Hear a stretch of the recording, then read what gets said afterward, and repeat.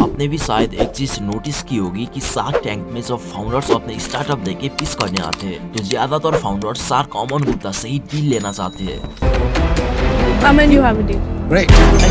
Well done. और कुछ founders तो ऐसे भी होते हैं जो शार्क टैंक सिर्फ अमन गुप्ता से डील करने आते हैं और इसी वजह से सीजन 1 में अश्नील ग्रोवर ने एक फाउंडर को बुरी तरह गाली दी। मैंने 3 साल में ना 1000 दिन में 3 बिलियन की कंपनी बनाई है। ये सब दोगलापन है। मैं तेरा दोगलापना उतारता हूँ अब। लेकिन शार्क अमन में ही लोगों को ऐसा क्या दिखता है जो उन्हें बाकी के शार्क्स में नहीं दिखता। सो आज हम इसी चीज के जड़ तक पहुंचने वाले हैं कि why Aman Gupta is most favourite in shark tank. सबसे पहले तो नए फाउंडर्स अमन गुप्ता की स्ट्रगल स्टोरी से काफी रिलेट कर पाते हैं। जहां आज के यंगस्टर अपने 20-30s में ही फेलियर देख के घबरा जाते हैं, वहां पर इस बंदे ने 35 की उम्र में फेलियर देखी थी और बोट को सुपर सक्सेसफुल बनाने से पहले इस बंदे के 5 स्टार्टअप फेल हुए थे और इसी वजह से यंग से लेके एडल्ट फाउंडर अमन गुप्ता के फेलियर से काफी रिलेट कर पाते हैं।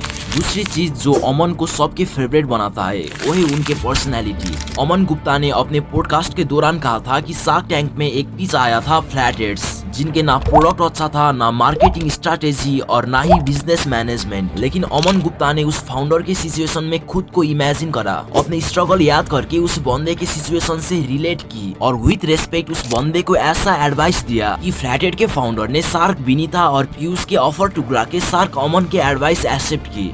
साथ ही शार्क अमन गुप्ता पिचर्स को लूटना नहीं चाहते और सारे स्टार्टअप फाउंडर से रेस्पेक्टफुली बात करते हैं और इनके गुड कैरेक्टर और humbleness is the thing that make him favourite. तीसरा है इनका back bencher attitude and behaviour. अगर आपने अमन गुप्ता को थोड़ी सी भी गहराई से जानने की कोशिश की होगी तो आपको पता होगा कि शार्क अमन गुप्ता अपने कॉलेज टाइम में दूसरे शार्क्स जितने इंटेलिजेंट नहीं थे।